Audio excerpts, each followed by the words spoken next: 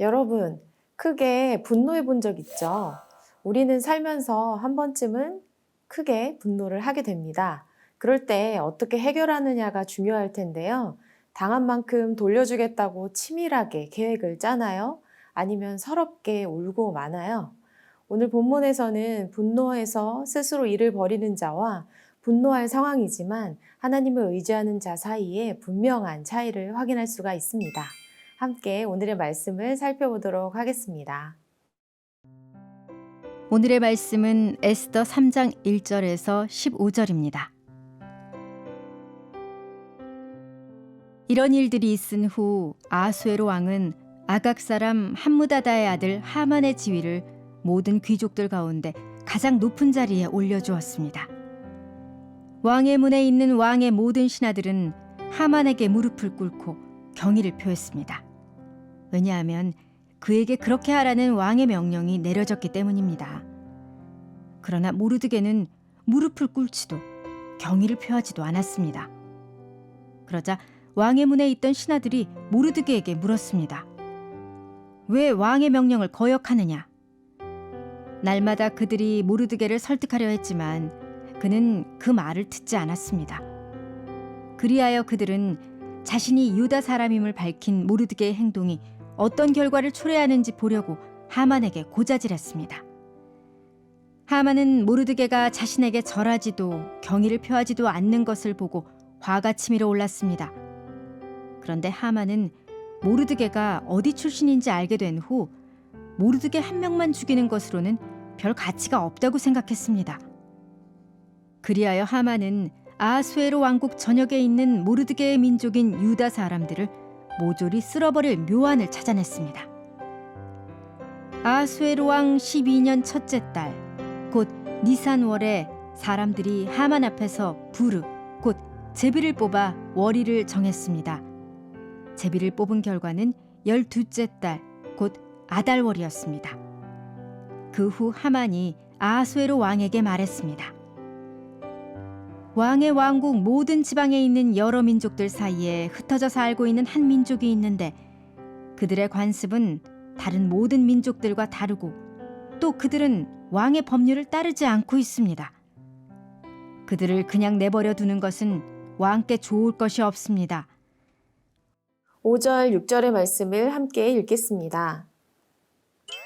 하만은 모르드게가 자신에게 절하지도 경의를 표하지도 않는 것을 보고 화가 치밀어 올랐습니다. 그런데 하만은 모르드게가 어디 출신인지 알게 된 후 모르드게 한 명만 죽이는 것으로는 별 가치가 없다고 생각했습니다. 그리하여 하만은 아하수에로 왕국 전역에 있는 모르드게의 민족인 유다 사람들을 모조리 쓸어버릴 묘안을 찾아냈습니다. 아각 사람 하만이 등장합니다. 하만은 아하수에로 왕이 직접 명령해서 모든 귀족들 중에 가장 높은 지위에 오르게 됩니다.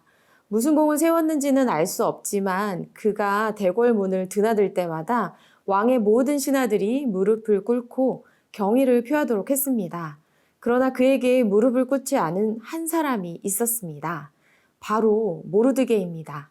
다른 신하들이 그에게 절을 해야 한다고 계속 권하지만 그는 자신이 유다인이라고 말합니다. 이 사실은 하만에게 즉각 알려졌고 하만은 모르드게의 행동에 분노하게 됩니다. 단순히 자신에게 모르드게가 절을 하지 않아서가 아닙니다. 이스라엘 역사에서 이스라엘과 아말렉은 예로부터 좋지 않은 관계였습니다. 하만이 속한 아말렉 족속은 출 이집트 이래로 이스라엘과 원수 관계에 있었습니다. 이스라엘의 초대왕 사울 때에 이스라엘은 아말렉을 쳤고 아말렉 왕이었던 아각은 하나님의 명령에 따라 사무엘에게 죽임을 당했었기 때문에 서로 좋지 않은 감정이 있었음을 짐작할 수가 있습니다. 여러 복합적인 이유로 하만은 왕의 명령을 어긴 모르드게뿐 아니라 그의 민족 전체를 말살하려고 하는 비상식적인 계획을 세우게 됩니다. 개인적 갈등이 민족적 갈등으로 커지고 페르시아에 거주하는 유다인들은 한순간에 엄청난 위기에 봉착하게 됩니다. 하만의 분노는 파괴하고 해치는 것으로 나타났고 수많은 사람의 생명을 앗아갈 계획을 세우게 됩니다. 사랑하는 세나 친구 여러분, 우리도 우리를 분노하게 만드는 일들이 살면서 꽤 많이 일어납니다. 억울한 일을 당할 때가 있습니다. 부당하다고 여길 때 화가 치밀어 오릅니다. 분노할 수 있죠. 그런데 그때마다 분노한다면요? 분노로는 악을 다스릴 수가 없습니다. 분노를 제어하지 못하거나 정당한 이유 없이 분노하는 것은 분명 잘못된 일입니다. 자기의 마음을 제어하지 아니하는 자는 성읍이 무너지고 성벽이 없는 것과 같다고 잠언 25장은 말씀하고 있습니다. 자제력이 없는 분노는 우리를 황폐하게 만듭니다. 우리를 죄짓게 만듭니다. 화가 날 때 어떻게 대처할 것인지는 우리 자신에게 달려 있습니다. 우리는 하나님의 의를 나타내는 사람들입니다. 하나님을 의지하며 화평을 전하고 기쁨의 소식을 전하는 자들입니다. 그러므로 선한 데는 지혜롭고 악한 데는 미련해서 삶을 파괴하는 자가 아닌 삶을 풍요롭게 가꾸는 저와 여러분 되기를 축복합니다.